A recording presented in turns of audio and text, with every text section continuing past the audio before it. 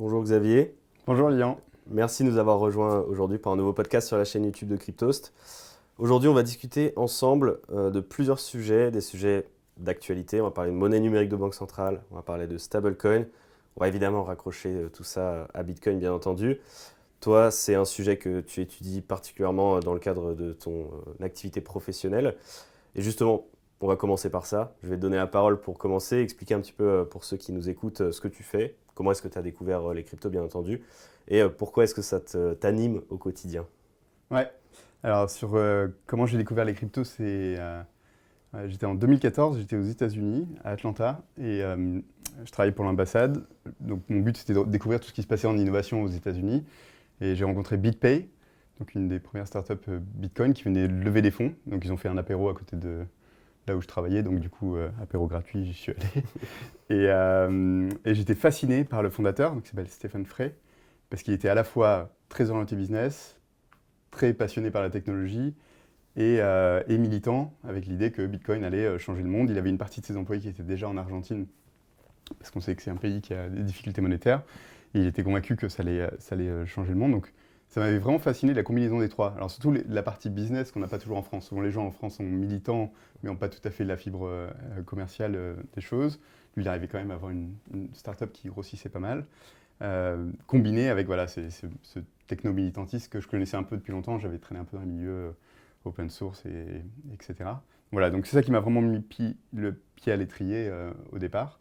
Et puis après, toute la communauté française, on a organisé le Blockfest en 2016. Ça a été le début où on a un peu cristallisé les premiers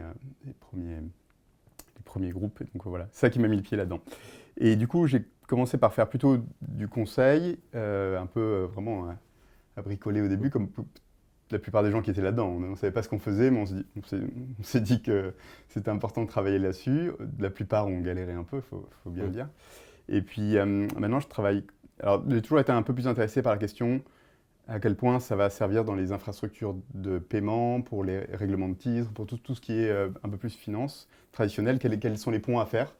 Et du coup, maintenant, je travaille beaucoup pour, par exemple, des banques centrales qui réfléchissent à développer des monnaies numériques de banque centrale, donc du conseil, plutôt sur les aspects technologiques, mais un peu ailleurs, et puis un peu de recherche.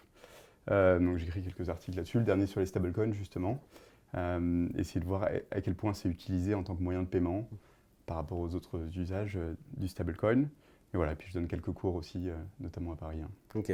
Justement, j'ai vu de ton papier sur les stablecoins et c'est le sujet dont j'aimerais qu'on parle là pour commencer, en tout cas, avant de parler notamment des monnaies numériques de banque centrale. On a de plus en plus d'actualités en ce moment qui montrent que les grands acteurs de la finance traditionnelle s'intéressent de plus en plus à ce qui se passe dans l'écosystème blockchain, particulièrement les acteurs du système bancaire. Récemment, on a appris que Société Générale Forge, donc la filiale blockchain de la Société Générale, allait lancer son propre stablecoin. Ça s'inscrit dans une tendance plus large avec d'autres banques privées aussi qui s'intéressent à ça. Toi, de quel œil tu vois ces initiatives à ton avis, quel serait l'intérêt finalement de ces stablecoins? Est-ce que c'est des systèmes de paiement interbancaires? Est-ce que c'est pour nous les paiements du quotidien en tant qu'utilisateurs? Quels seront finalement les intérêts de ces stablecoins? Ouais, alors ce que je pense qui est le plus important à avoir en tête, c'est qu'aujourd'hui, les banques ne savent pas encore tout à fait. Par contre, on peut quand même être admiratif de celles qui sont en train de faire les premiers pas. Parce que surtout dans l'univers bancaire, c'est particulièrement difficile, c'est très réglementé, on dépend entièrement de ces autorisations et si on les perd, on n'a plus le droit de travailler. Donc le fait de prendre le pas vers quelque chose un peu plus risqué, donc comme les premières qui ont commencé à travailler sur le Bitcoin il y a quelques années, c'est toujours quand même un peu courageux. Mais pour autant, pour l'instant, c'est un peu flou, qu'est-ce qu'on va faire avec ça. Donc il y a différents types de stablecoins dans ceux qui sont en train d'être lancés.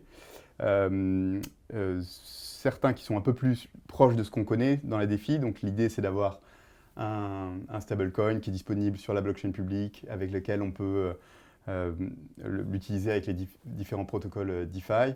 Donc je pense que c'est là-dessus que Forge s'oriente, mais je ne connais pas le détail du projet. Et puis il y en a d'autres plus orientés, effectivement, règlement entre institutions financières. Donc par exemple, c'est ce que fait JP Morgan. Donc là, ce n'est pas des stablecoins qu'on va voir, nous, directement dans la poche. Mais donc voilà, donc, par rapport à ce que tu dis, il y a tout le spectre de type de projet de stablecoin. Un qui est à la mode en ce moment, mais qui est vraiment très tôt, c'est ce qu'ils appellent les dépôts tokenisés. Donc là, ce serait vraiment pour le paiement. Donc en gros, l'idée, c'est représenter les dépôts qu'on a dans le compte en banque, qui, comme on le sait, tous les gens qui sont tombés dans le rabbit hole crypto savent que c'est juste une dette de la banque et c'est pas vraiment de l'argent complètement solide, en quelque sorte. Et donc de représenter ça par un token qu'on pourrait utiliser pour payer, etc. L'intérêt, ce serait de rendre un peu plus interopérables les paiements entre institutions financières.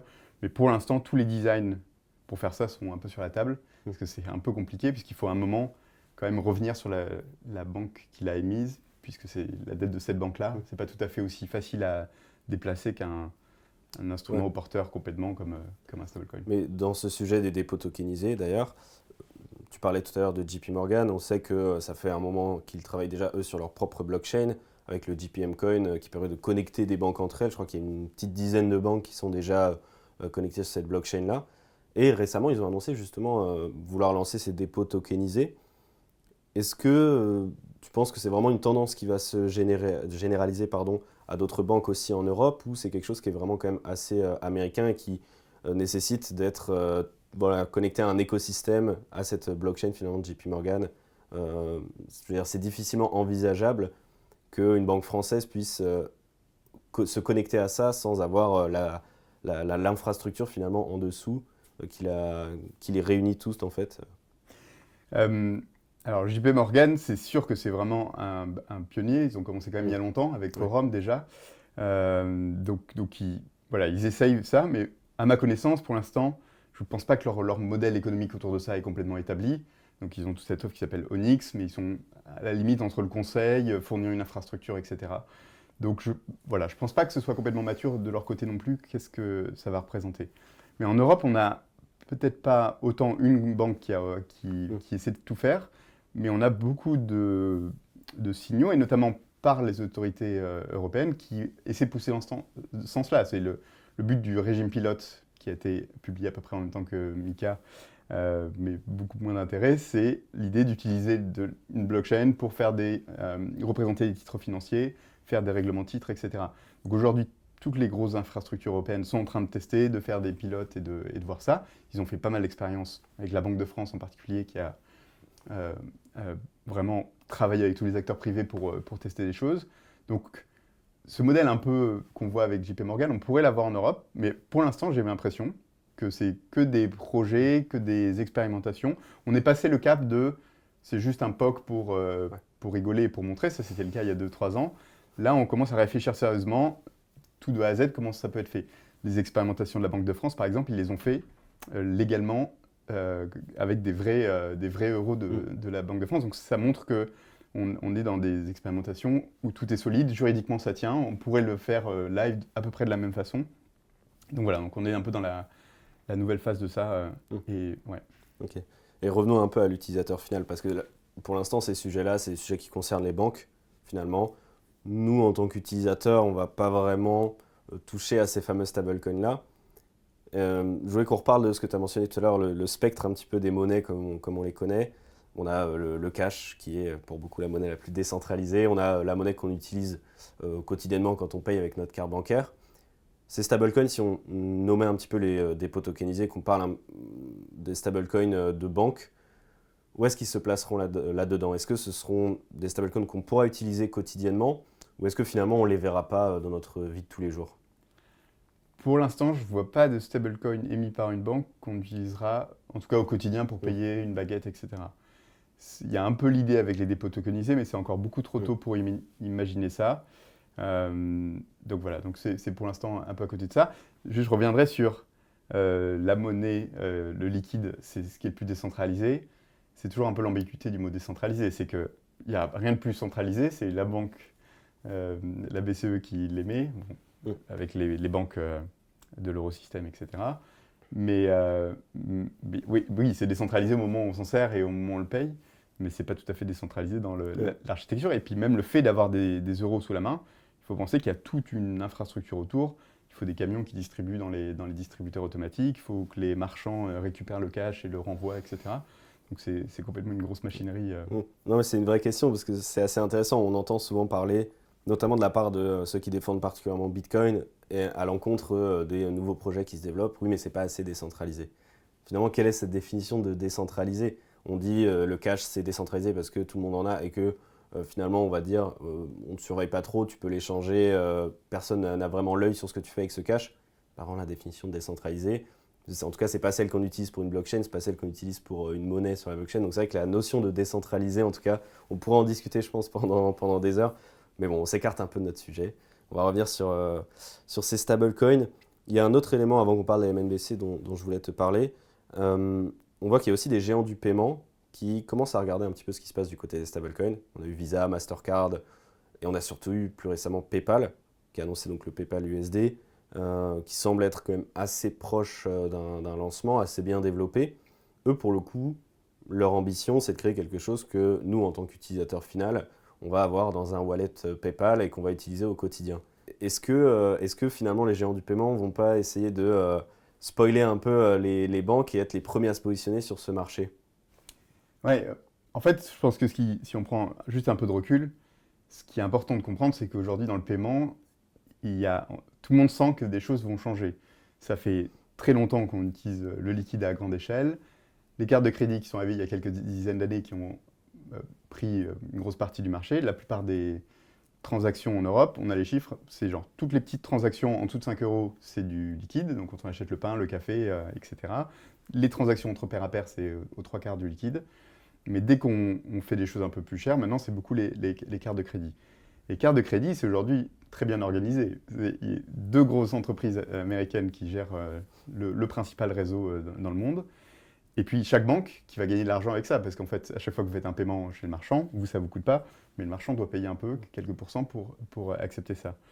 Donc c'est un des problèmes aujourd'hui, c'est déjà, point de vue souveraineté européenne, ça pose un problème, c'est qu'en fait, la plupart des paiements qu'on fait en Europe dépendent d'entreprises américaines.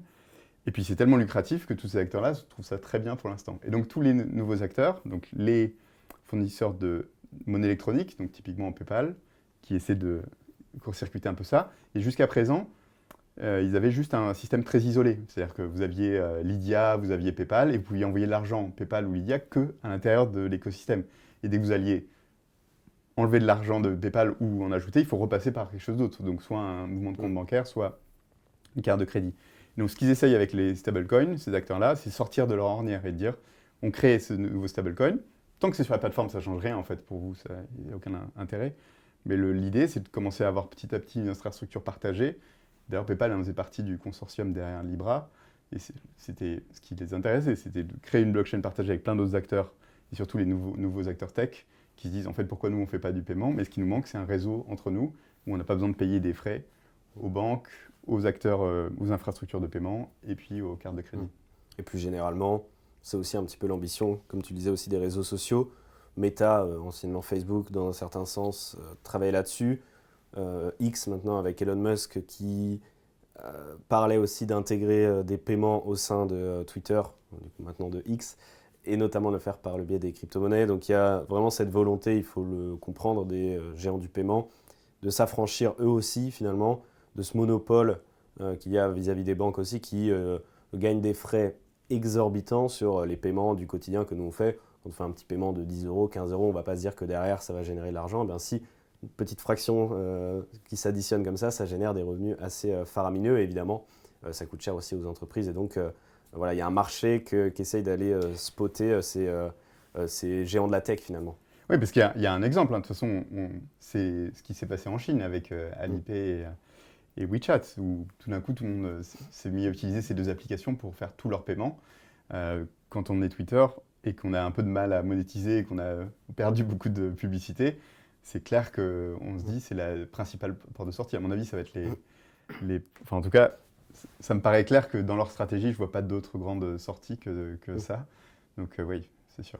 Bon, on parlait donc des initiatives de stablecoin des banques. On a aussi les monnaies numériques de banque centrale dont on entend de plus en plus parler.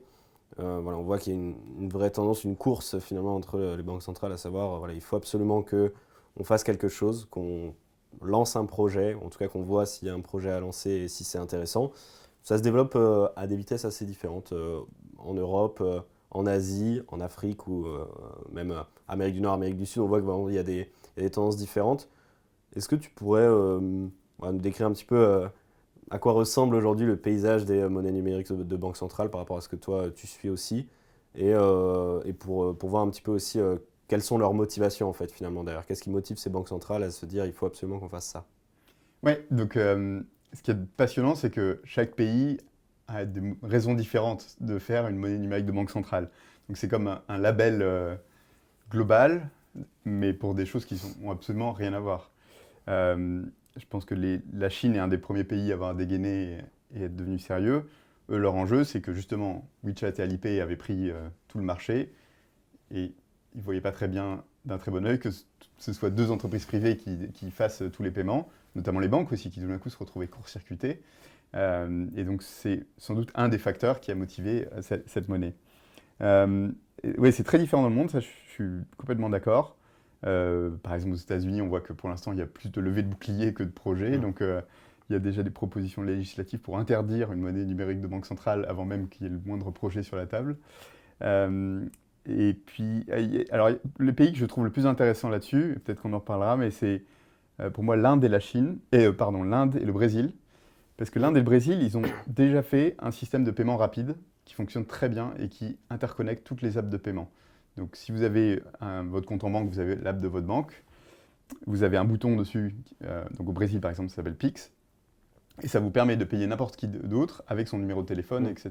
Donc, c'est un peu ce qu'on a sur Ça Revolut. intègre Lydia par exemple à Ouais, ton appli bancaire finalement. exactement, exactement. Et du coup, c'est complètement interopérable. J'ai pas besoin d'ajouter Lydia. Lydia, c'est quand même quelque chose qui est, c'est très bien, ça marche super bien, mais c'est une friction absurde de devoir toujours basculer sur le compte Lydia, etc. Si on l'utilise pas tous les jours, pour pouvoir avoir ce moyen plus. Donc voilà. Donc ça, c'est l'intéressant. Ils ont réussi ça et du coup, ça marche parfaitement bien.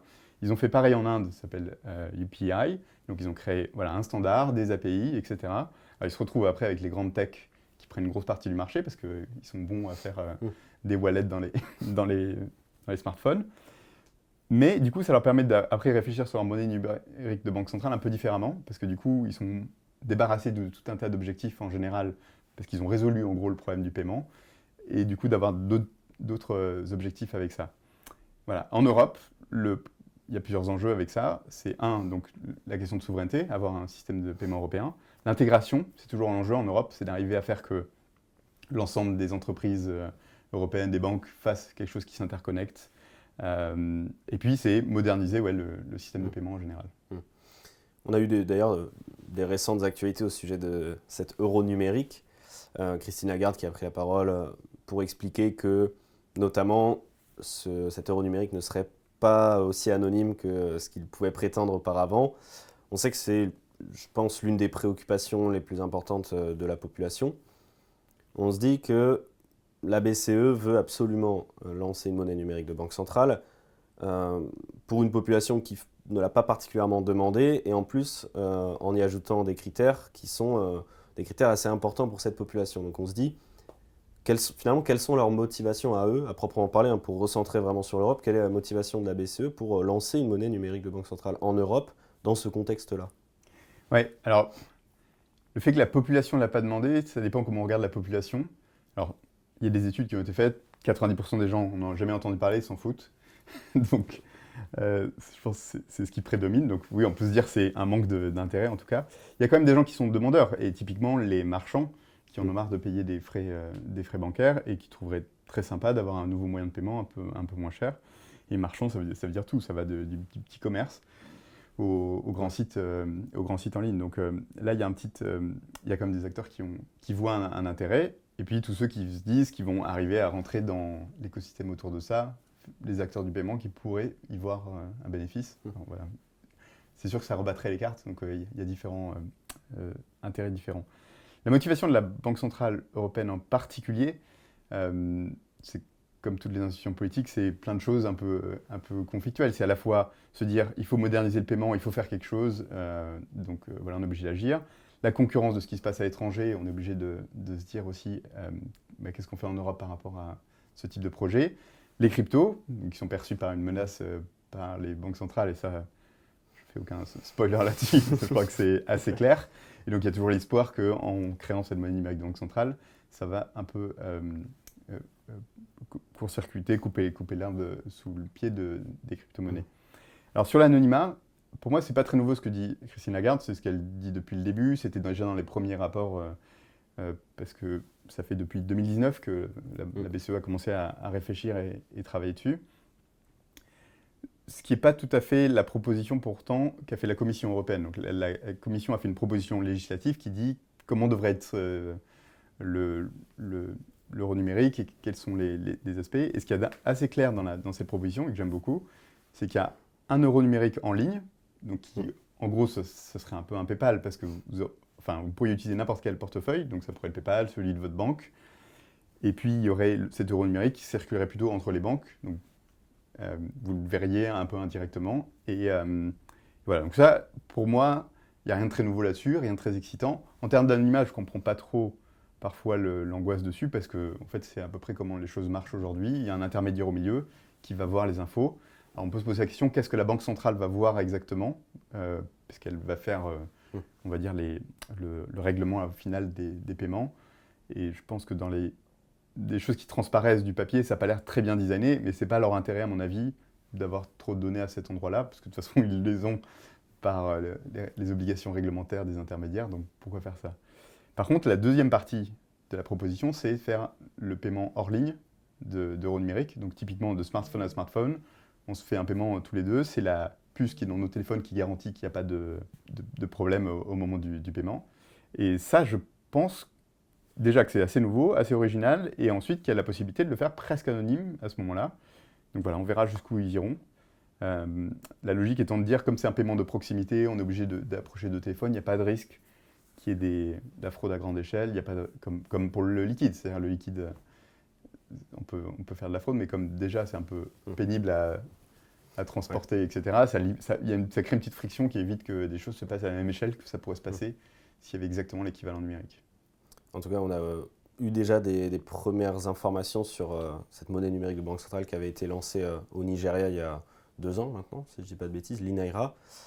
Ça n'a pas été un franc succès, malgré ce que peut nous dire le FMI. C'est, on va dire, un premier cas qui montre que les monnaies numériques de banque centrale sont peut-être pas forcément une solution dans toutes les situations. En Europe, nous, on continue d'avancer sur cet euro numérique. Évidemment, ce n'est pas demain que ça arrivera, hein, on parle plutôt de 2026. Mais néanmoins, si cet euro numérique est lancé, on peut considérer le cas où ça sera un petit échec au lancement, potentiellement, hein, c'est un cas qu'on peut considérer. Est-ce que finalement, à ton avis, ça ne peut pas être aussi quelque chose qui œuvrera au service de Bitcoin en se disant on a déjà finalement une infrastructure technique qui permet de résoudre les problèmes qu'on essaie de résoudre avec cet euro numérique, qui fonctionne très bien, qui s'appelle Bitcoin. Pourquoi est-ce qu'on a travaillé autant pour construire quelque chose d'autre, dont la population n'a pas l'air vraisemblablement de vouloir, en tout cas pas toute la population? S'il y a un échec, voilà, est-ce que tu penses que ça servira à Bitcoin? Alors sur la première partie, est-ce qu'on peut penser qu'il y a un échec de l'euro numérique? Ouais. Si on compare effectivement à tous les projets qui ont été lancés, il y a quand même un gros risque que ce soit mal conçu. En plus, tous les participants, typiquement les banques, ne sont pas très intéressés à perdre des ressources. Donc il y a quand même beaucoup de bâtons dans les roues. Politiquement, ça va être pas si simple, parce que il faut bien comprendre qu'à l'Europe, ce n'est pas juste un bloc homogène. Il y a la Banque centrale, ce qu'elle veut, il y a la Commission qui veut des choses, le Parlement qui va décider autre chose. Et en plus, créer un euro numérique, ça veut dire donner plus de pouvoir à la Banque centrale, alors qu'aujourd'hui, contrôler les paiements, c'est plutôt le Parlement, la Commission. Est-ce qu'ils ont vraiment envie de ça? Voilà, donc il y a même déjà des chances que le projet soit mort avant même de démarrer, parce qu'il y a des intérêts contradictoires. Beaucoup trop de conflits d'intérêts finalement. Il y a beaucoup on prend le point de vue de la population. Ouais. C'est sûr, il y a un vrai challenge à aller, on va dire, forcer un peu la main à la population pour télécharger Wallet, adopter ce nouveau mode de paiement. Mais finalement, ce n'est pas du tout la problématique principale. Comme tu disais, il y a d'autres problématiques majeures, notamment la centralisation autour de cette banque centrale, du coup, comme son nom l'indique, ou même les banques privées qui, elles, n'ont pas forcément véritablement un intérêt à voir naître cette nouvelle infrastructure. D'où le fait, d'ailleurs, pour accrocher à ce qu'on disait tout à l'heure, qu'ils travaillent aussi de leur côté à d'autres infrastructures propres à elles. Donc oui, il y a quand même un risque grand que soit donc, le projet ne soit pas lancé, soit en tout cas s'il se lance, ce soit un échec. Ouais, qui soit boiteux dès le départ. Ouais. Et puis après, sur l'adoption, c'est sûr que dans les projets qu'on a vu lancer, ça a souvent été un peu maladroit. Euh, les gens utilisent le système qui marche le mieux, etc. Donc aujourd'hui, les paiements, c'est très compétitif. Il y a quand même beaucoup d'entreprises qui essaient de faire des choses en permanence. C'est très compliqué. En Europe, il y a 150 moyens de méthodes de paiement différents. Donc voilà, c'est très dynamique. Imaginez un projet comme ça, lancé, qui va prendre du temps, etc., qui vienne s'insérer au milieu et qui soit plus efficace que tout ce qu'il y a, c'est quand même un peu difficile. Et toutes les méthodes, donc c'est un peu ce qui s'est passé dans certains pays, qui consiste un peu à forcer la main de certains acteurs, c'est dans la proposition de loi là, sur l'euro numérique de dire il faut que tous les marchands acceptent l'euro numérique. Donc ça, on imagine que ça va coûter énormément d'adapter les choses, etc., de former les gens, d'éviter des fraudes.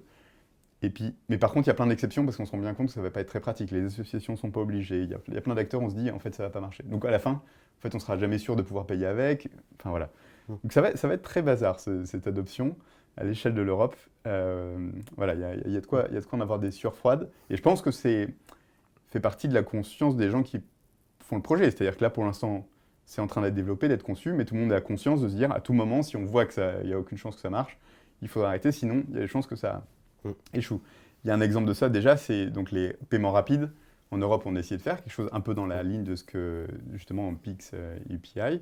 Donc on a à la fois un schéma qui est entre les banques normalement pour les paiements rapides, et on peut faire des paiements rapides de compte à compte, sauf que les banques l'ont mis avec un certain frais pour éviter qu'on utilise trop ça.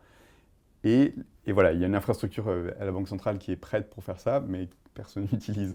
Donc des projets ratés de paiement, ça arrive parce que c'est super concurrentiel. Après, c'est l'entrepreneuriat, quoi. C'est bien parfois que les gouvernements tentent des choses, mais voilà, il faudra voir combien de ressources on y met pour quelque chose qui n'est pas forcément sûr d'y arriver. Par contre, j'ai un contre-exemple quand même sur Bitcoin. Pareil, oui, en théorie ça marche, mais déjà l'adoption n'est pas énorme non plus si on est objectif à l'échelle de la population en général.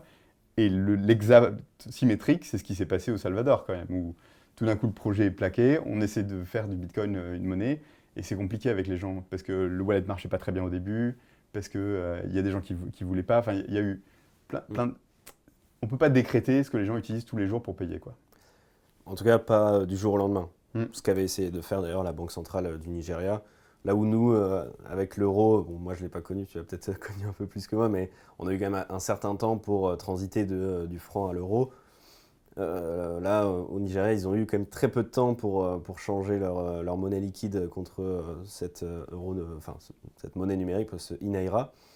Voilà, un changement d'habitude, en plus à l'échelle d'une population, ça prend pas un an, ça prend pas 2 ans. Donc oui, évidemment, on est indulgent vis-à-vis du Salvador et du Bitcoin, on l'est un peu moins vis-à-vis de cette monnaie numérique du Nigeria, et c'est l'inverse pour le point de vue du FMI. Donc c'est sûr qu'il faut remettre toutes les situations dans leur contexte.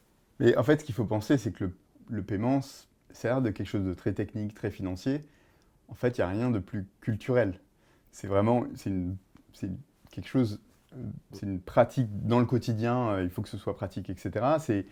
Dans beaucoup de cas de paiement, quand c'est entre des gens, c'est même un acte social. Quand on participe à une cagnotte pour un cadeau, le geste de payer, c'est pas, c'est vraiment, il n'y a rien de plus humain et complexe. Du coup, c'est impossible à l'avance de savoir quelles sont les choses que les gens ont envie d'utiliser. Donc, c'est ça qu'il faut, surtout pour moi, la principale leçon, c'est pas avoir cet œil un peu technologiste ou de très grande vue de dire, voilà un système meilleur, ça, du coup, les gens vont l'adopter, quoi. Les gens adoptent ce qui leur correspond. Là, on parle du coup de technique, de comment est-ce qu'on paye. Mais finalement, on ne sort pas du débat de Bitcoin versus monnaie fiduciaire émise par une banque centrale et indirectement un gouvernement. Finalement, là, on parle peut-être de technique. Oui, la monnaie numérique de banque centrale peut être adoptée parce que techniquement, ça sera plus simple que payer avec ta carte de crédit ou inversement. On restera sur une carte de crédit et un système classique parce que finalement, on est habitué et que c'est beaucoup plus pratique pour nous. Mais ça n'écarte pas le sujet de la discussion générale de dire est-ce que Bitcoin finalement n'est pas une alternative plus intéressante, non pas seulement technologiquement, mais derrière d'un point de vue de la définition d'une monnaie finalement. Mais moi j'ai un peu le sentiment justement pour accrocher les wagons avec Bitcoin que ces projets de monnaie numérique de banque centrale, notamment l'euro numérique, ont été assez poussés par le fait que récemment voilà, il y a eu une adoption quand même assez fulgurante de Bitcoin entre 2020 et 2022 lors du précédent marché haussier, qui fait que ça a mis un petit peu la pression aux institutions. Et voilà, on ne comprend pas finalement pourquoi est-ce qu'on se presse autant sur ce sujet-là. Et on se demande, est-ce que si Bitcoin est tant une frayeur pour eux, est-ce qu'il n'y a pas des axes réglementaires sur lesquels ils peuvent essayer de jouer pour justement ralentir l'adoption de Bitcoin, ralentir cette démocratisation, pour se laisser le temps aussi de leur côté de travailler sur leur monnaie numérique de banque centrale, ou finalement de renoncer à la faire. Toi, de ton expérience, puisque je sais que tu travailles un peu aussi, tu fais de la recherche sur la régulation aussi, est-ce qu'il y a des pistes que toi tu as identifiées comme ça, sur lesquelles ils peuvent jouer? Ouais, bon, alors sur qu'est-ce qui est la meilleure monnaie, ça, j'ai pas, j'ai pas vraiment d'opinion, mais sur le fait enfin, qu'il y a une forme de, oui, effectivement, de concurrence. Ce que je vois le plus, c'est avec surtout les stablecoins. Et je dirais qu'il y a quand même beaucoup de mauvaise foi. À chaque fois que j'entends parler des stablecoins, on dit ah, c'est pas très stable un stablecoin. Alors qu'en vrai, quand on comparer comment fonctionne un stablecoin, typiquement USDC, et comment fonctionnent des dépôts dans une banque, c'est quand même bizarre des dépôts dans une banque, parce que vous avez de l'argent. Si la banque coule, vous n'avez plus rien du tout, et vous n'êtes même pas le premier à recevoir l'argent. Mais par contre, l'État fournit une garantie aux banques gratuitement sur vos comptes individuels. Donc ce qui va très bien vous en tant qu'individu. Par contre, si vous êtes un stablecoin et que vous avez de l'argent à la banque, évidemment, ça ne couvre pas ces trucs. Donc du coup, et là, les réglementations imposent, dans le dernier MiCA, d'avoir une partie des fonds chez une banque. Ce qui est le pire endroit pour un stablecoin d'avoir ça. Donc finalement, le point faible d'un stablecoin aujourd'hui, c'est une banque.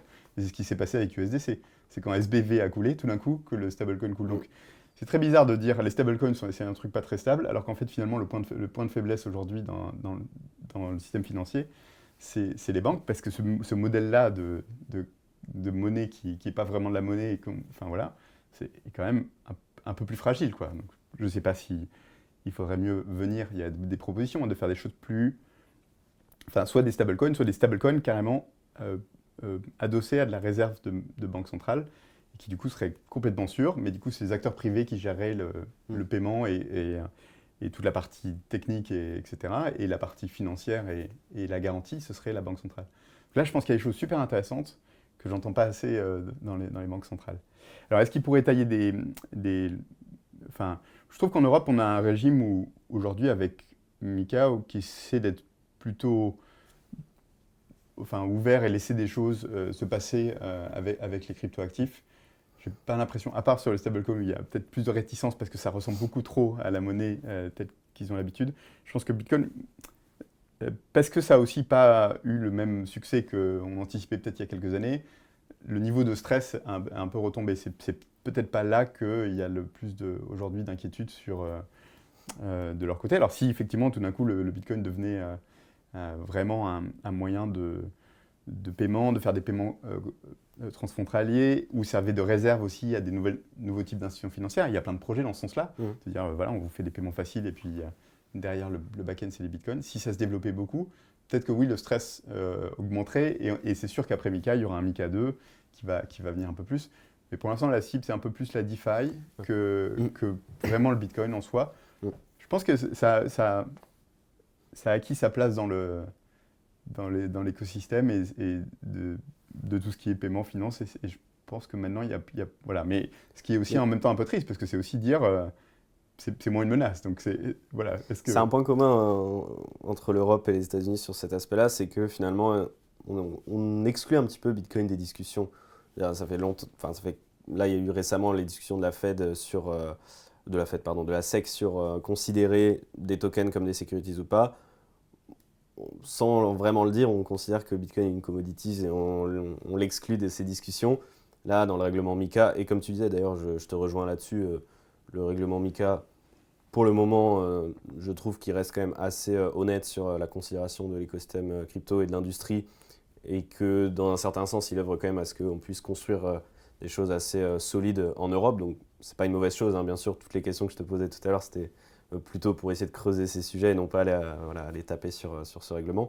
Mais en tout cas, oui, avec le règlement MiCA, on parle très peu de Bitcoin. On parle plutôt de Voilà, il y a des grosses discussions sur les NFT, des grosses discussions sur la DeFi, des énormes discussions sur les stablecoins qui sont encore en cours d'ailleurs et on ne sait pas vraiment encore comment les caractériser, notamment voilà, les différents types de stablecoins. On se rappelle que ces discussions avaient lieu à peu près au moment de l'UST de Terra. Donc oui, il y a quand même ce point commun-là de dire Bitcoin est un peu exclu, autant de l'écosystème crypto, on le met à part comme un peu un ovni, et aussi dans les réglementations. Est-ce que ça veut dire qu'on considère qu'il est moins, comme tu dis, il fait moins peur qu'auparavant et on a plus peur de ce qui se construit sur la DeFi? Je sais pas, c'est une bonne question. Ouais, j'ai l'impression que c'est un peu le grand-père qui répète des choses et qu'il a tous Tu vas te les mettre à petits dos dîners de famille. tu vas Et... te mettre à dos les maximalistes qui vont se Non, sentir visés. mais, Non, mais je suis un peu d'accord avec toi dans cette vision, et c'est pas méchant du c'est tout. presque bienveillant. Bien sûr. Voilà. Mais aussi parce que la trajectoire de Bitcoin, alors si on rentre quand même un peu plus dans les détails, ce qui fait les caractéristiques de Bitcoin, c'est pas juste sa technologie, c'est aussi qu'il y a une culture particulière autour. Et on sait qu'il va rien se passer de fou, mais c'est aussi ce qui en fait toute sa qualité. C'est qu'on sait que les core devs vont pas inclure quelque chose tout d'un coup qui va être trop fou, ça va doucement, etc. Du coup, il y a ce truc de... On peut imaginer sa trajectoire dans les 10-20 prochaines années. Et du coup, ouais, c'est moins... Ouais, c'est oui, Là où c'était un actif qui était très innovant au départ, très controversé. finalement, Ouais. aujourd'hui, voilà, l'innovation sur Bitcoin prend quand même un peu de temps à se faire. Il y a 1 an, 2 ans avant que les devs se décident sur des nouveautés. En parallèle, l'écosystème DeFi ne cesse de se renouveler. Il y a des projets qui étaient il y a 2 ans au top et qui aujourd'hui finalement n'ont plus l'intérêt du public parce qu'il y a mieux qui a été construit. En fait, ça va tellement vite que je pense que c'est ça qui fait qu'aujourd'hui, les régulateurs vraiment sont obligés d'avoir un œil très attentif sur ce qui se passe parce que ça va beaucoup trop vite en fait finalement. Après, non, mais c'est surtout ce qui intéresse les régulateurs, c'est ce qui est leur périmètre. Et leur périmètre, c'est des titres financiers, c'est de la monnaie. Et donc, quand on parle de stablecoin et DeFi, on est beaucoup plus proche de ce qui est leur sujet. Finalement, le Bitcoin, c'est une autre monnaie culturelle. Si les gens ont envie d'utiliser ça, en fait, qui doit les interdire, quoi. Je reviens, c'est culturel, c'est les gens préfèrent utiliser ça. Juste quand même, pour une nuance, Bitcoin n'est quand même pas hors course. Ce qui s'est passé surtout ces derniers mois, là, avec toutes les inscriptions, les choses comme ça, il y a quand même, je pense, un regain d'intérêt. Il y a toute une nouvelle vague de startups qui ont l'air bien équipées là-dessus. Et cette approche plus lente, mais très rigoureuse aussi, c'est quand même magnifique. Quand on rentre un peu dans le détail de certaines discussions, récemment, j'ai relu le white paper sur Lightning Network. Donc toutes les discussions en détail, au byte près, de qu'est-ce qu'on modifie pour permettre de faire le Lightning en modifiant minimal. Enfin, c'est très beau à voir quand même. Ce que je trouve assez magique aussi avec Bitcoin, et encore une fois, comme tu le disais, quand il y a eu tout cet engouement autour des ordinals et de tout ce qui s'est passé derrière après, ça a mis un peu de regain aussi d'intérêt envers Bitcoin, parce que pour beaucoup, on se disait, bon voilà, Bitcoin c'est Bitcoin, ça ne changera pas particulièrement à l'avenir, comme tu dis, on voit à peu près dans quelle direction ça va. Et finalement, on s'est dit que non, pas tant que ça. Parfois, on peut avoir des trucs qui vont changer les choses. Alors après, on aime ou on n'aime pas, c'est pas le sujet, mais c'est vrai que voilà, moi, ça m'a replongé aussi un petit peu dans Bitcoin en me disant, allez, va revoir un peu tes fondamentaux. Et c'est vrai que c'est toujours magique de voir comment ça se passe concrètement. Tout est très précis, tout est très millimétré. En même temps, c'est ça qui fait que voilà, c'est une solution technologique qui est assez parfaite en elle-même et qu'on veut aussi un petit peu exclure du reste en disant, voilà, ça c'est ça et on le laisse comme ça. Et c'est très bien de le laisser de côté. Pour la régulation, bon, voilà, c'est des sujets qu'on continuera, nous, de traiter sur Cryptos et on te réinvitera peut-être à l'occasion pour en discuter, de Mika quand ça évoluera. Je pense qu'on a fait à peu près le tour de ce que je voulais qu'on voit ensemble et je pense qu'en plus, on a un petit peu dépassé en termes de temps. On s'est laissé emporter sur les questions de Bitcoin, mais bon, c'était intéressant. Je te remercie vraiment pour ta contribution, pour tes interventions. C'était extrêmement intéressant à suivre. Pourtant, c'est vrai que c'est des sujets qui ne sont pas forcément très faciles à vulgariser. Tu as réussi à le faire correctement, donc je te remercie. Et ben, je te dis à très vite sur Cryptos probablement. Avec plaisir. À bientôt. Merci.